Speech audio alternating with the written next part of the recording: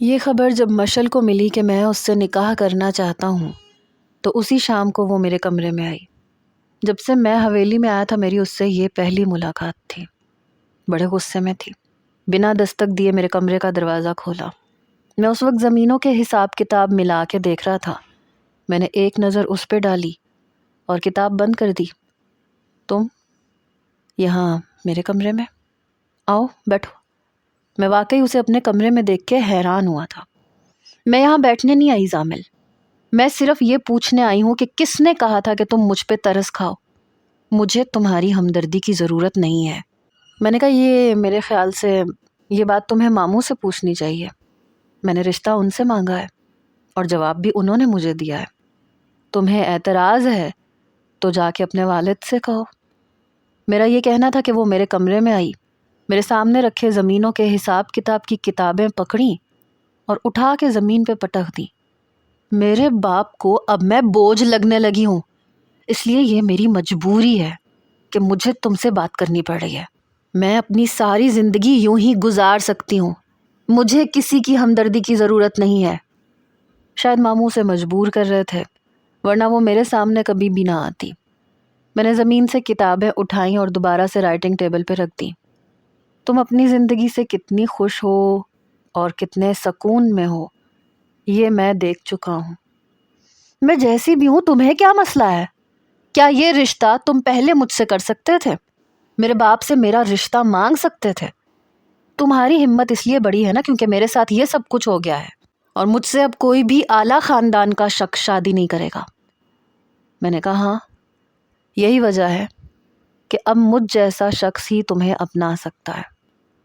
زامل تم یہاں سے چلے جاؤ، جاؤ شہر چلے جاؤ۔ کیوں آئے ہو یہاں؟ میری زندگی میں پہلے ہی مشکلات کم نہیں ہے، اس میں مزید نیا طوفان کھڑا مت کرو۔ مجھے کسی کا احسان نہیں چاہیے، نہ میں کسی کے احسان کے بوجھ تلے رہ کے اپنی زندگی گزار سکتی ہوں۔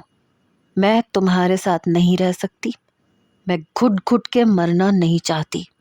میں نے کہا اور چلا چلا کے شور مچا کے خود پہ اپنا وہ حادثہ سوار کر کے تم بہت خوشحال زندگی گزار رہی ہو اور تم وہی گزارتی رہنا چاہتی ہو۔ اول تو شادی کا رشتہ احسان کا نہیں ہوتا، لیکن اگر تمہیں یہ لگتا ہے کہ میں احسان کر رہا ہوں تو تمہاری مرضی ہے۔ تم اپنی سوچ میں آزاد ہو، جو چاہے سوچ سکتی ہو، اور اگر تمہیں شادی پہ اعتراض ہے تو جا کے ماموں سے کہو، مجھ سے مت کہو۔ میری بات پہ وہ تل ملائی تھی۔ اگر بابا جان میری بات سن رہے ہوتے تو میں یہاں نہیں آتی۔ مجھے کوئی شوق نہیں ہے تمہارے منہ لگنے کا۔ میں نے کمرے کا دروازہ کھولا۔ میں نے کہا چلو جاؤ یہاں سے، میں اس وقت مصروف ہوں، مجھے تم سے مزید کوئی بحث نہیں سننی۔ میں نے دو ٹوک انداز میں کہا۔ وہ بپھری پڑی تھی۔ تم اگر یہ سمجھ رہے ہو کہ یہ سب کچھ کر کے تم میرے باپ کی جائیداد ہتھیا لوگے تو او یو شٹ اپ مشل۔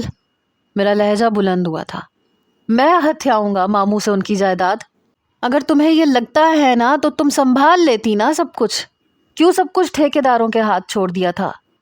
سچ تو یہ ہے کہ نہ تو ماموں یہ سب کچھ سنبھال سکتے ہیں اور نہ ہی تم۔ یہ سب کچھ مجھے ہی دیکھنا ہے۔ باقی رہ گیا پیسوں کا حساب تو میرا کوئی اکاؤنٹ کھلا ہے ہی نہیں۔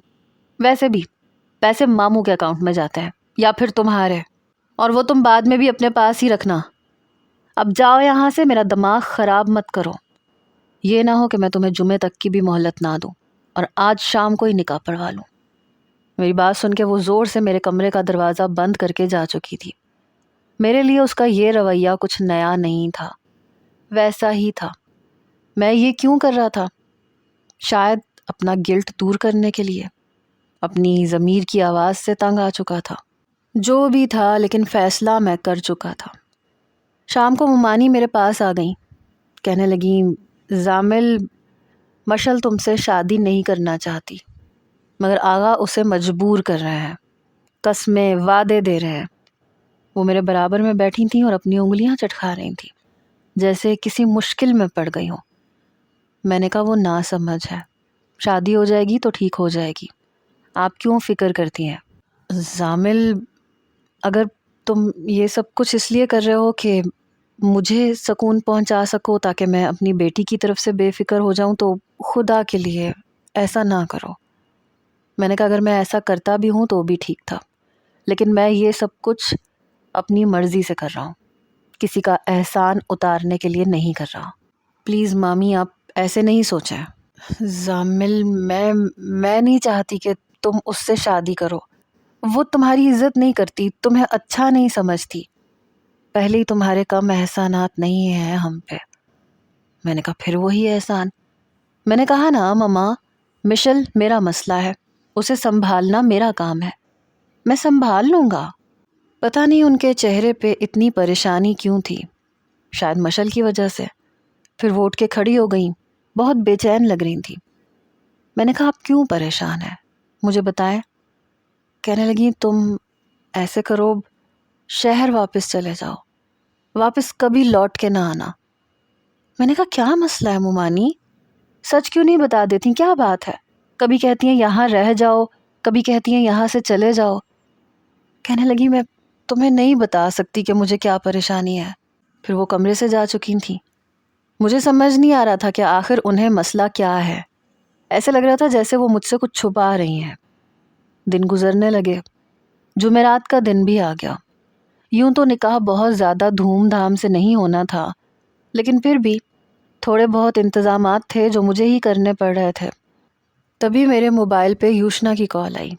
میں نے فون اٹھایا، نہ سلام نہ حال نہ اور کچھ پوچھا، اس نے ڈائریکٹ بات شروع کی۔ بڑا افسوس ہوا یہ سن کے کہ تم مشل سے شادی کر رہے ہو، میرے ساتھ بھاگتے ہوئے تو تمہیں بہت مسائل تھے، اور اس بد کردار لڑکی کے ساتھ نکاح پڑھاتے ہوئے تمہارے ضمیر نے تمہیں اجازت کیسے دے دی؟ جن لوگوں نے تمہیں بری طرح سے مارا، تمہیں جان سے مارنے کی بھی کوشش کی، تم انہی کی بد کردار بیٹی کو عزت دے رہے ہو۔ روشنا مار میں نے تمہاری وجہ سے کھائی تھی، تم اگر گھر سے نہ بھاگتی تو یہ سب کچھ نہ ہوتا۔ تمہارے نصیب میں روحان لکھا تھا، لڑ کے مر کے سب کچھ کر کے بھی تم اسی کی بیوی بن گئی نا۔ اگر یہی سب کچھ تم عزت سے کر لیتی تو میری زندگی بھی اس مقام پہ نہ ہوتی۔ میں نے دل میں سوچا کہ پھر میں بدلے کی آگ میں بھی نہ جلتا اور یہ سب کچھ بھی نہ کرتا۔ میں برا انسان نہیں تھا، لیکن تم مشل سے شادی نہیں کرو گے۔ میں اسے ساری زندگی تڑپتے ہوئے دیکھنا چاہتی ہوں۔ اس کے ساتھ جو ہوا اچھا ہوا، اچھا ہوتا کہ وہ مر جاتی۔ وہ غصے سے بھری پڑی تھی۔ کیوں، کیا بات ہے؟ کیا روحان تمہارے ساتھ ٹھیک نہیں رہتا؟ کچھ کہتا ہے تمہیں کیا لگے؟ تم مشل سے شادی کرو بس۔ بتاؤ روشنا، میں نے پوچھا۔ وہ شاید بہت کچھ کرتا مگر مشل کے ساتھ حادثہ ہو گیا۔ حیات نے شادی سے انکار کر دیا، آغا معظم سارے خاندان سے کٹ گئے، اس لیے پوری برادری میں اپنی عزت کا بھرم رکھنے کے لیے روحان کو اپنا رویہ مجھ سے مجبوراً ٹھیک رکھنا پڑا، ورنہ سب لوگ اس خاندان پہ تھو تھو کرتے ہیں۔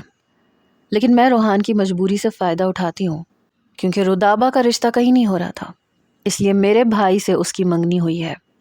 روحان کچھ کرے گا تو وہ یہ جانتا ہے کہ خمیازہ اس کی بہن کو بھگتنا پڑے گا، اس لیے اس کی اتنی ہمت نہیں ہے کہ مجھ سے کچھ کہے۔ روشنا شروع سے ہی خاصی تیز تھی، وہ اپنا کوئی بھی جذبہ چھپاتی نہیں تھی۔ مجھ سے محبت تھی تو صاف اظہار کر دیا، یہاں تک کہ گھر سے بھاگنے تک کو تیار ہو گئی، اور ابھی بھی رودابہ کا رشتہ اپنے بھائی سے کر کے وہ روحان کی زیادتیوں سے بچ گئی تھی۔ زامل، مجھے مومانی نے بتایا تھا کہ تم مشل سے نکاح کرنا چاہتے ہو۔ کیوں کر رہے ہو؟ وہ اچھی لڑکی نہیں ہے، کیا پتا اس کے ساتھ یہ حادثہ نہ ہوا ہو، یونیورسٹی میں پڑھتی تھی، کیا پتا کس کے ساتھ اس نے منہ کالا کیا ہے۔ اور اب پلیز روشنا بس کر دو، مشل میں لاکھ برائیاں صحیح مگر یہ برائی ہرگز نہیں تھی، وہ کردار کی بری نہیں تھی۔ میری بات پہ کہنے لگی پتہ نہیں تم کس مٹی کے بنے ہو۔ حیات جو مشل سے محبت کا دعوے دار تھا وہ یہ سب کچھ کہتا ہے، اور تم کہتے ہو کہ مشل کا کوئی قصور نہیں۔ ضروری نہیں ہے کہ مریم خالہ کے ساتھ ظلم ہوا تھا تو تمہیں ہر عورت بے بس اور مجبور ہی لگے۔ روشنا، میں تم سے بعد میں بات کروں گا، میں تمہیں صرف یہ کہنا چاہتی ہوں کہ تم ٹھیک نہیں کر رہے۔ میں نے کہا تمہارے مشورے کا بہت شکریہ۔ میں نے موبائل بند کر کے آف کر کے رکھ دیا۔ وہ سچ نہیں جانتی تھی، اس لیے جو کچھ اس کے منہ میں آ رہا تھا بول رہی تھی۔ یہ تو صرف میں جانتا تھا کہ سچ کیا تھا۔ اگلے روز ظہر کے بعد میرا مشعل سے نکاح تھا۔ رات کو پتہ نہیں کیوں مجھے نیند نہیں آ رہی تھی، ذہن بے حد پریشان تھا، ایک عجیب سی بے چینی تھی۔ میں اپنے کمرے سے باہر آیا، باہر باغیچے میں آ گیا جہاں چھوٹا موٹا نکاح کا انتظام ہوا تھا، کیونکہ صبح سویرے تو انتظامات پورے نہیں ہو سکتے تھے، اس لیے کافی تیاری جمعرات کو ہی کر لی گئی تھی۔ چوکیدار اور باقی کے سارے گارڈز حویلی کے باہر پہرے داری کر رہے تھے۔ تبھی مجھے ایسے لگا جیسے حویلی کی پچھلی جانب کچھ آہٹیں سی ہو رہی ہیں، ایسے لگا جیسے وہاں کوئی موجود ہے۔ میں حویلی کی پچھلی جانب چلا گیا۔ جو کچھ میری آنکھوں نے دیکھا وہ میرے ہوش اڑانے کے لیے کافی تھا۔ صفیہ ممانی ایک شخص کے گلے لگے روئے جا رہی تھیں، اور وہ بھی انہیں ساتھ لگائے ہوئے تھا۔ مجھے معاف کر دو، میں تمہارے وعدے کا پاس نہیں رکھ سکی، زامل کو وہ مقام نہیں دے سکی جس کا وہ حقدار تھا۔ مجھے معاف کر دو، میں نے بہت چاہا کہ وہ شادی سے انکار کر دے، مگر وہ… چپ ہو جاؤ، قسمت کا لکھا نہ میں ٹال سکتا ہوں صفیہ، نہ تم۔ کون تھا یہ شخص؟ کس کے گلے سے لگ کے ممانی رو رہی تھی؟ اور میں؟ وعدہ؟ میرا دماغ سائیں سائیں کرنے لگا۔ میں دھیرے سے چلتے ہوئے اس شخص کے پیچھے کھڑا ہو گیا۔ کون ہو تم؟ میں نے سخت لہجے میں پوچھا۔ میری آواز اپنے عقب میں سن کے دونوں بری طرح سے ہڑبڑائے۔ اس شخص نے پیچھے پلٹ کے دیکھا۔ آغا معظم کی عمر کا شخص ہوگا۔ صفیہ ممانی کا تو رنگ اڑا۔ زامل! میں نے اس شخص کا گریبان پکڑ لیا۔ کون ہو تم؟ یہاں کیا کر رہے ہو؟ ممانی یہ کون ہے جس کے آپ گلے لگی ہوئی ہیں؟ میں صفیہ ممانی کے بارے میں ایسا سوچ بھی نہیں سکتا تھا، تصور بھی نہیں کر سکتا تھا۔ زامل چھوڑو انہیں۔ وہ شخص یک ٹک مجھے دیکھے جا رہا تھا، اس کی آنکھوں سے ٹپ ٹپ آنسو بہنے لگے۔ صفیہ ممانی میرے پاس آئیں، میرے ہاتھ سے اس شخص کا گریبان چھڑوانے لگی۔ چھوڑو اسے زامل! میں نے کہا یہ کون ہے؟ آپ مجھے یہ بتائیں ورنہ میں یہاں شور مچا دوں گا۔ یہ تمہارا باپ ہے، صفیہ ممانی نے کہا، اور میرا بھائی ہے۔ یہ کہہ کے وہ پھوٹ پھوٹ کے رونے لگی، اور میں ایک دم سے پیچھے ہٹا جیسے مجھے زور کا کرنٹ لگا ہو۔ بھائی؟ اور میرا باپ؟ میرے دماغ میں تو جیسے دھماکے ہوئے۔ میں کئی قدم پیچھے ہٹا۔ میرا باپ؟ ممانی کا بھائی؟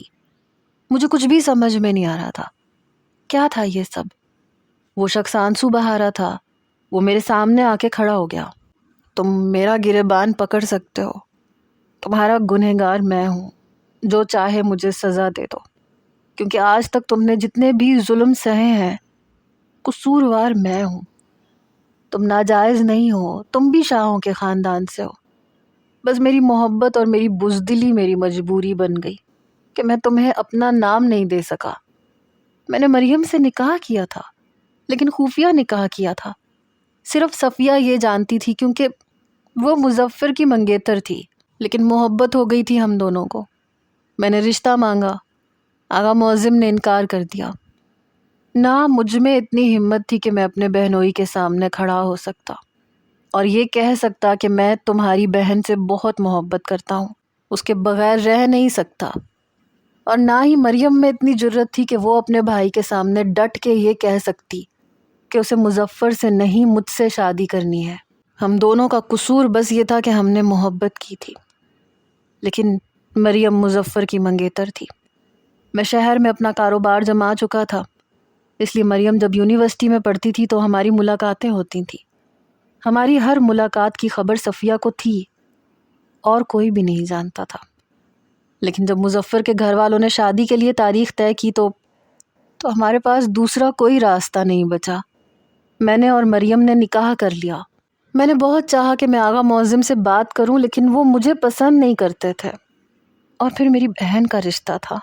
صفیہ کے آنسو مجھے مجبور کر دیتے تھے، لیکن جب مریم امید سے ہوئی تو ہاسٹل میں یہ بات پھیل گئی۔ وہاں کے انچارج نے آغا معظم کو فون کر دیا۔ انہی دنوں یونیورسٹی میں ایک لڑکے نے مریم سے بدتمیزی کی تھی اور مریم نے اسے تھپڑ مارا تھا، تو سب کا شک اسی پہ چلا گیا۔ آغا معظم مریم کو حویلی لے گئے، اس نے ڈر کے مارے جھوٹ بول دیا اور اس لڑکے پہ الزام لگا دیا۔ جب اس لڑکے کو پتہ چلا تو وہ روپوش ہو گیا۔ صفیہ ڈر گئی کہ کہیں مریم خوف کے مارے اپنے بھائی کے سامنے میرا نام نہ لے لے، اس لیے صفیہ نے مجھے لندن جانے کے لیے کہا۔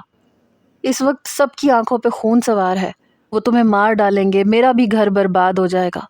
پہلے ہی مجھے اولاد نہ ہونے کا طعنہ دیا جاتا ہے، جب انہیں یہ پتہ چلے گا کہ تم دونوں نے خفیہ نکاح کیا ہے تو آغا معظم مجھے کھڑے کھڑے طلاق دے دیں گے اور تمہارا سر بھی تن سے جدا کر دیں گے۔ بس میں اس نازک وقت کی گرفت میں آ کے لندن چلا گیا۔ مجھے لگا تھا کہ جب بچہ ہو جائے گا تو کوئی بھی اسے نہیں اپنائے گا، تو پھر میں اپنا لوں گا، بات دب جائے گی اور وہ میری ہو جائے گی۔ لیکن یہ نہیں پتا تھا کہ تمہاری پیدائش پہ وہ جان سے ہی چلی جائے گی۔ میں بہت رویا تھا۔ میں نے صفیہ سے کہا تھا کہ مجھے واپس آنا ہے، لیکن اس نے منع کر دیا کہ یہ تمہیں اپنا بیٹا بنا کے پالے گی، تمہیں عزت دے گی۔ لیکن ابھی بھی یہ ڈرتی ہے۔ میں اپنی عمر کا ایک بہت بڑا عرصہ تمہارے لیے ترسا ہوں، تڑپا ہوں۔ خدا کے لیے ایک بار میرے گلے لگ جاؤ۔ آج مجھ سے رہا نہیں گیا، اس لیے چوروں کی طرح اس حویلی میں آیا ہوں۔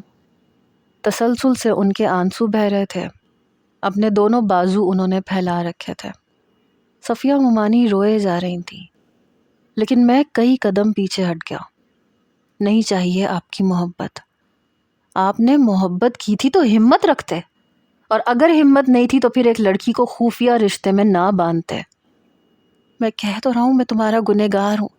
میں نے کہا آپ صرف میرے گنہگار نہیں ہیں، آپ میری ماں کے بھی گنہگار ہیں۔ تمہیں مجھ سے جو بھی شکایت ہے کر لینا، جو سزا دینی ہے دے دینا، لیکن بس ایک بار میرے سینے سے لگ جاؤ۔ بہت تڑپا ہے تمہارا باپ، ایک بار میرے تڑپتے ہوئے دل کو قرار دے دو زامل۔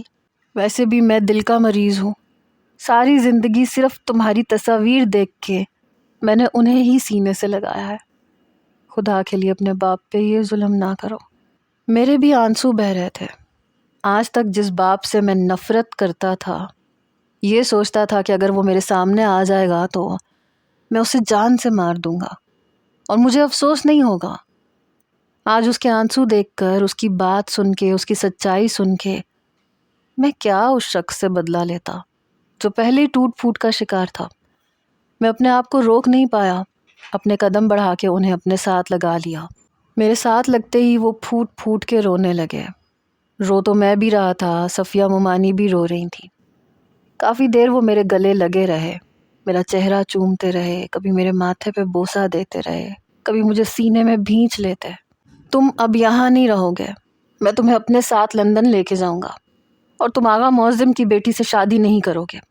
اس شخص کی بیٹی سے میں تمہیں شادی کرنے نہیں دے سکتا جس کی وجہ سے میری محبت مجھ سے چھن گئی، میرے بچے کو گندی گالیاں دی، دھتکاریں ملتی رہیں۔ تم کیوں اس کی بیٹی کو عزت دینا چاہتے ہو؟ میں نے کہا وہ بیٹی آپ کی بھانجی بھی ہے، وہ آپ کی بہن کی بیٹی بھی ہے۔ ہم نہیں جانتے تھے کہ مشل پیچھے کھڑی سب کچھ سن رہی ہے۔ جب وہ وہاں آئی تو ہم میں سے کوئی بھی یہ بات نہیں جانتا تھا۔ زامل، مجھے بھی تم سے شادی نہیں کرنی۔ ہم سب نے پیچھے پلٹ کے دیکھا تو وہ اپنے آنسو صاف کر رہی تھی۔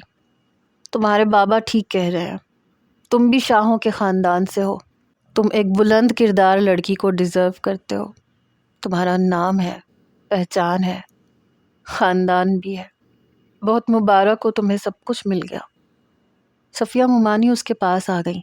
مشل، تم یہاں پہ خدا کے لیے اپنے باپ سے کچھ بھی مت کہنا۔ کیوں نہ کہوں امی؟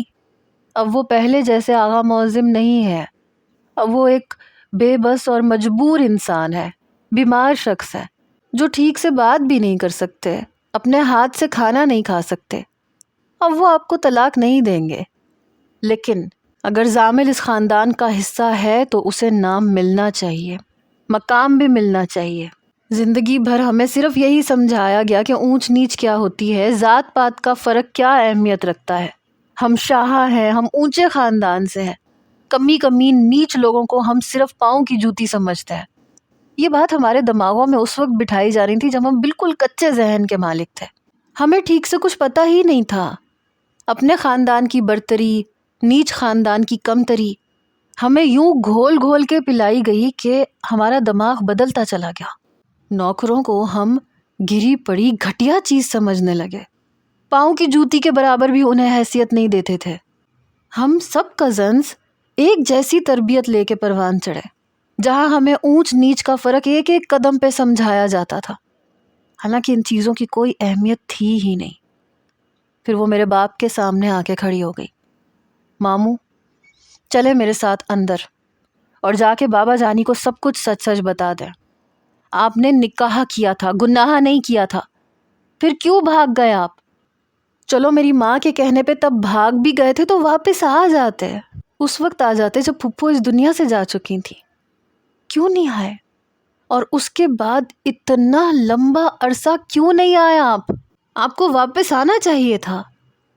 بس یہی غلطی ہو گئی مجھ سے. وہ دل گرفتگی سے بولے. سبھی حویلی کے اندر جا چکے تھے. کچھ ہی دیر میں آغا معظم کو ساری سچائی کا پتہ چل چکا تھا.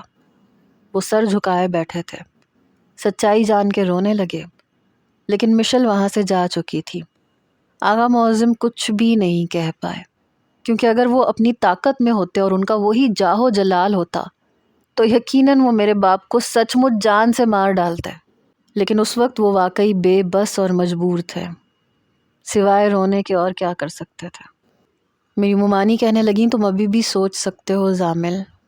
میں نہیں چاہتی کہ مشل کو کل تم اس حادثے کے حوالے سے کوئی بھی بات کہو یا کوئی بھی تذکرہ چھیڑو اور میری بچی پھر سے تکلیف میں آ جائے. میں اسی لیے نہیں چاہتی تھی کہ تم ہمدردی میں آ کے اس سے شادی کرو. میں نے کہا آپ کو مجھ سے کبھی کوئی شکایت نہیں ملے گی. اگلے روز برادری کے چند لوگ ہی آئے تھے. میرا مشل کے ساتھ نکاح ہو گیا. لیکن نکاح کے لیے جب آغا معظم مشل کے کمرے میں گئے تو آدھا گھنٹہ ہونے لگ گیا تھا، لیکن نکاح نامے پر اس کا ایجاب و قبول کرواتے اور سائن کرواتے. میرا دل دھک دھک کر رہا تھا، کیونکہ ایک غلطی تو میں نے بھی کی تھی اور مجھے ہر صورت میں اس کی تلافی کرنی تھی. اس لڑکی کی ذہنی حالت کا ذمہ دار میں تھا، اور اس بات کو یا تو میں جانتا تھا یا پھر میرا دوست رجب اور یا پھر اللہ. میں چاہتا تھا کہ یہ بات کسی کو بھی پتہ نہ چلے. نکاح کے بعد ملازمہ کھانا لے کے مشل کے کمرے میں گئی، لیکن 5 منٹ بعد واپس آ گئی. صفیہ ممانی الگ پریشان تھی. شاید اس نے کھانے سے انکار کر دیا تھا. حویلی میں موجود مہمانوں کو جاتے جاتے 1.5 گھنٹہ لگ گیا. جو کمرہ میرا حویلی میں تھا اسی میں مشل کو بٹھایا گیا. رات کے 11 بج چکے تھے جب سب اپنے اپنے کمروں میں چلے گئے. تب میں اپنے کمرے میں داخل ہونے لگا. دل بڑی زور سے دھڑک رہا تھا. پتہ نہیں اس کا ریئیکشن کیا ہوگا. اچھا تو نہیں ہوگا. بہرحال جیسا بھی ہوگا میں کوشش کروں گا کہ میں اس کے دل کو جیت لوں. میں نے دروازے کا نوب گھمایا. دروازہ کھولا تو کمرے میں اندھیرا تھا. میں نے لائٹ جلائی.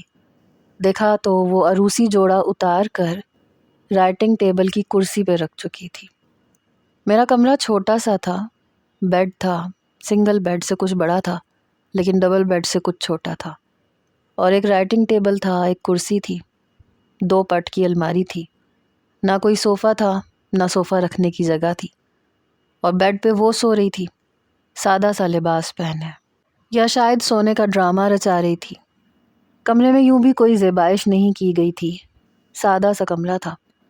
میں نے گہری سانس لی اور اپنی الماری کھول کر اپنا آرام دہ لباس نکالا، کپڑے تبدیل کیے. میں خود بھی اس پوزیشن میں نہیں تھا کہ اس کے ساتھ کسی بھی قسم کا کوئی بھی تعلق قائم کرتا، نہ میں اسے پریشان کرنا چاہتا تھا. اس لیے خاموشی سے بیڈ کی دوسری جانب پہ تکیہ درست کر کے لیٹ گیا. لیکن نیند نہیں آ رہی تھی. سو تو وہ بھی نہیں رہی تھی. پھر مجھے لگا جیسے وہ رو رہی ہے. لحاف منہ تک اوڑھا ہوا تھا. میں نے ذرا سی کروٹ بدلی. دیکھا تو لحاف کے اوپر اس کا ہاتھ کپ کپا رہا تھا. دبی دبی سی سسکیاں تھیں. میں تمہیں کچھ بھی نہیں کہوں گا. رونے کی ضرورت نہیں ہے. میں تمہیں پریشان بھی نہیں کروں گا. تم آرام سے سو سکتی ہو. میں نے اسے نارمل کرنا چاہا کہ شاید اسے کسی چیز کا ڈر ہے تو وہ ختم ہو جائے گا۔ میں تو اپنی غلطی کی تلافی کرنا چاہ رہا تھا۔ تمہیں تمہاری کھوئی ہوئی عزت مل چکی ہے، پھر تم نے مجھ سے شادی کیوں کی؟ اپنا فیصلہ کیوں نہیں بدلا؟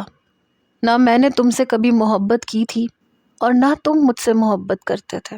جس نے کی تھی اس نے تو چھوڑ دیا، اس نے اپنی عزت کو اہمیت دی۔ تم نے مجھ جیسی لڑکی کا انتخاب کیوں کیا؟ میں نے کہا میری مرضی۔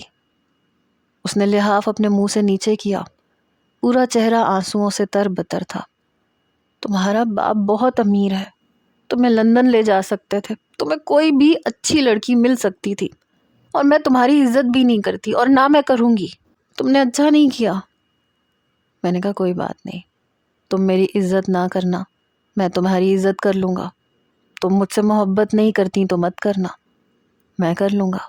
تم جیسے میرے ساتھ رہنا چاہو رہ لینا، میں تمہاری گزشتہ زندگی کے حوالے سے تمہیں کچھ بھی نہیں کہوں گا، نہ حیات کے متعلق اور نہ کسی اور چیز کے متعلق۔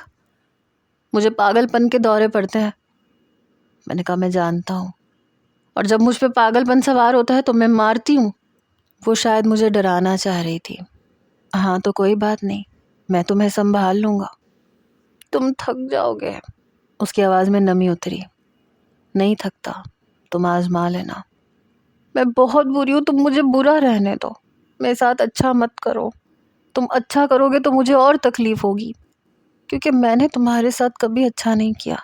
میں نے کہا زیادہ مت سوچو، سونے کی کوشش کرو۔ یوں تو مجھے اجازت ہے، اگر تم کہو تو تمہارے سر کو سہلا دیتا ہوں، نیند آ جائے گی تمہیں۔ میں نے ابھی اتنا ہی کہا تھا کہ وہ بدک کے پیچھے ہٹی۔ ہاتھ بھی مت لگانا مجھے۔ میں نے کہا ٹھیک ہے، نہیں لگاتا، ابھی تو ہاتھ نہیں لگاتا، لیکن جب کہو گی تو لگا لوں گا۔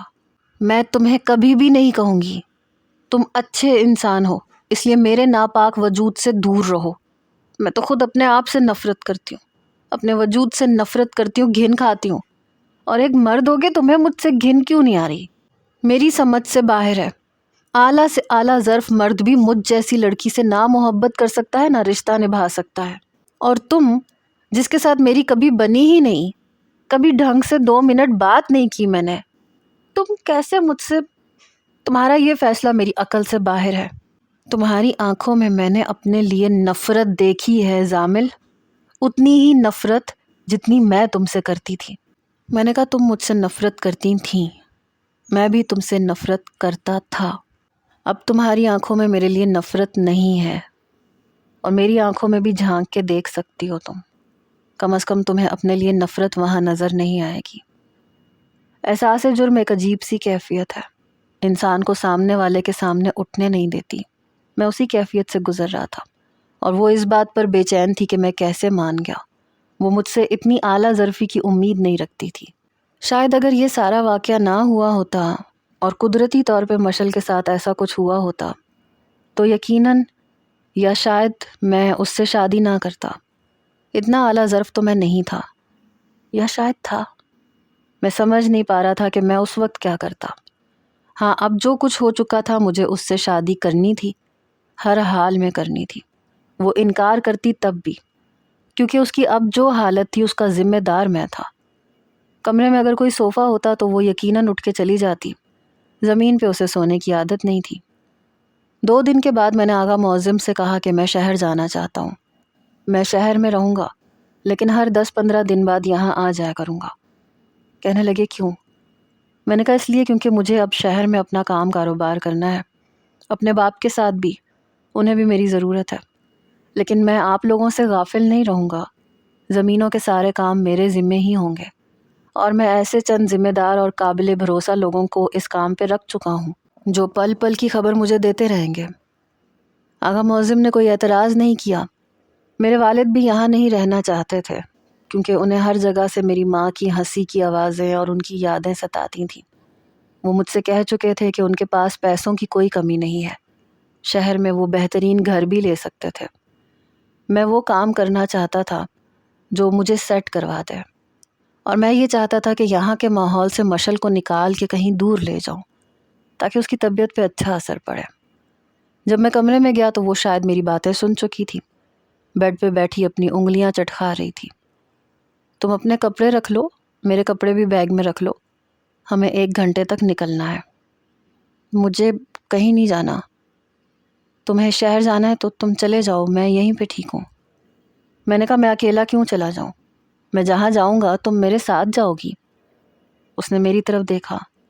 نہیں، مجھے تمہارے ساتھ کہیں نہیں جانا، تم نے مجھے عزت دینی تھی نا، تمہارا بہت بہت شکریہ، مل گئی مجھے عزت، تھینک یو۔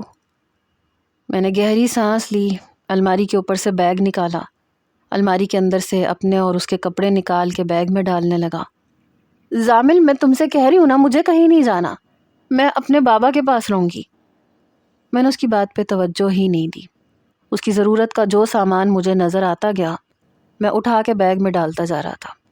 ساتھ ہی میں 15 منٹ میں اپنا بیگ بند کر چکا تھا۔ ہم 1 گھنٹے تک نکلیں گے، تیار رہنا۔ یہ کہہ کے میں بیگ باہر لے گیا۔ اس نے ٹھیک سے کھانا تک نہیں کھایا، آنکھیں روئی روئی سی تھیں، چہرے کا رنگ اڑا پڑا تھا۔ کمرے میں آتی اپنی میڈیسن کھانے لگی، اور پھر وہ اتنی ساری میڈیسن اپنے پرس میں ٹھونسے جا رہی تھی۔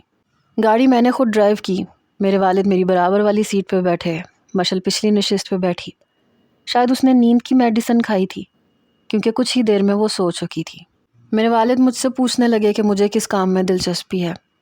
میں نے کہا کہ مجھے اپنے دوست رجب کے ساتھ مل کے کپڑے کا ہی کام کرنا ہے، کچھ انویسٹمنٹ میں لگاؤں گا، کچھ اس نے لگائی ہوئی ہے، ہم مل کے کام کریں گے، اور آپ کچھ بھی نہیں کریں گے، آپ آرام کریں گے۔ کہنے لگے تمہیں لاہور میں جہاں بھی بنگلہ لینا ہو مجھے بتا دینا، تم بس خوش رہو، میں بس تمہیں خوش دیکھنا چاہتا ہوں۔ وہ بار بار میرا ہاتھ پکڑ کے چومتے۔ بہرحال فی الحال تو ہم نے ہوٹل کے 2 کمرے ریزرو کروائے تھے، بہت جلد ہی ہم بنگلہ بھی لے چکے تھے۔ مشل کچھ دن تو لیے دیے ہی رہی، میرے والد سے بہت پیار سے بات کرتے تھے، بیٹا بیٹا کہہ کے پکارتے تھے، اپنے چھوٹے موٹے کام بھی اسے کہہ دیتے تھے اور وہ کر دیتی تھی۔ ویسے بھی وہ ان کی بھانجی بھی تھی۔ مجھے گھر کی فکر نہیں تھی۔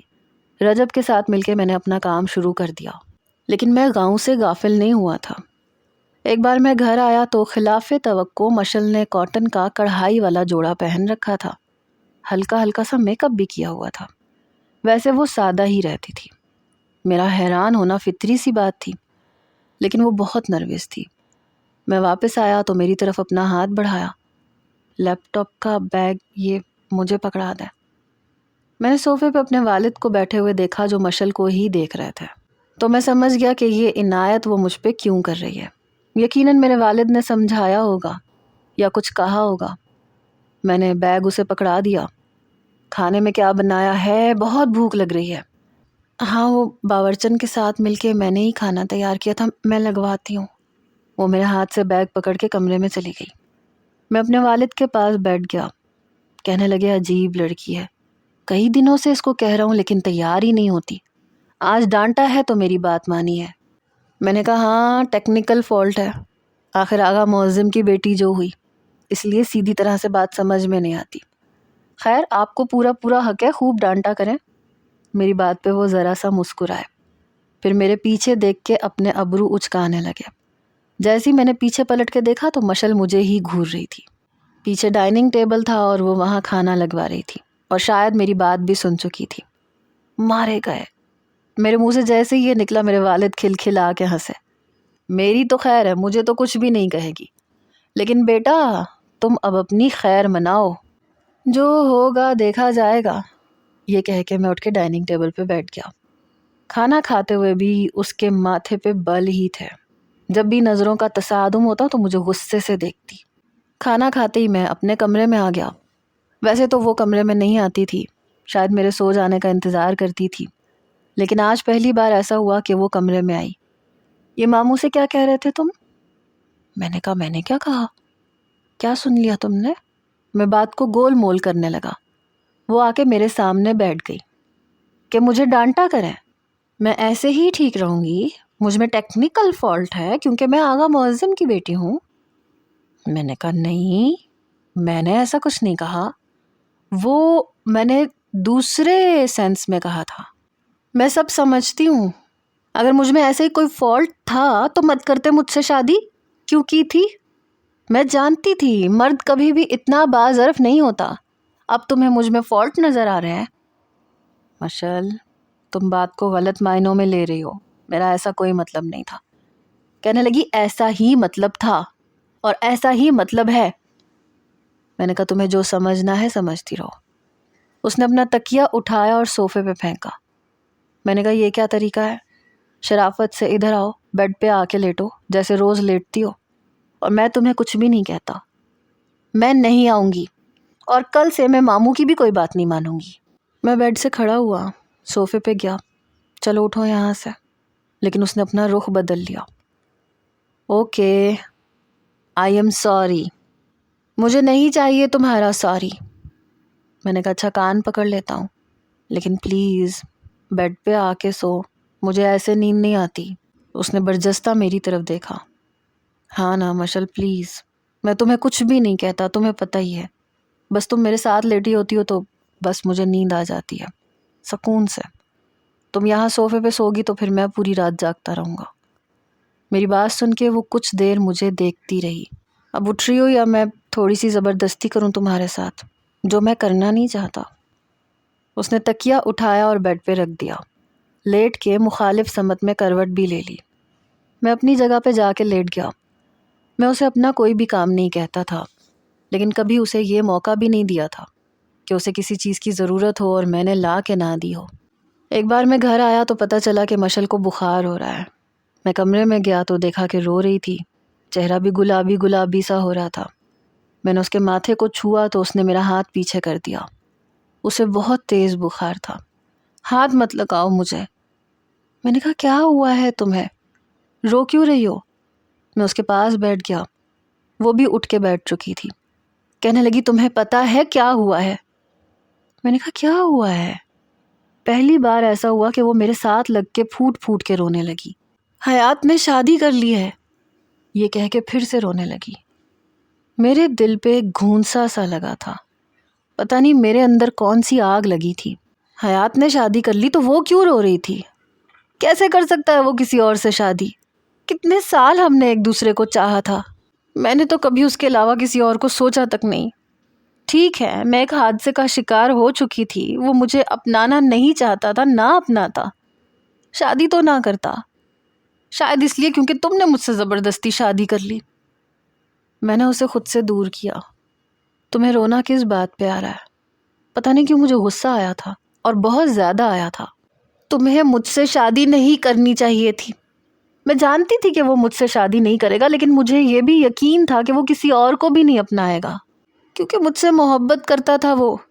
میں ایسے ہی زندگی گزار لیتی، کیا تکلیف تھی تمہیں؟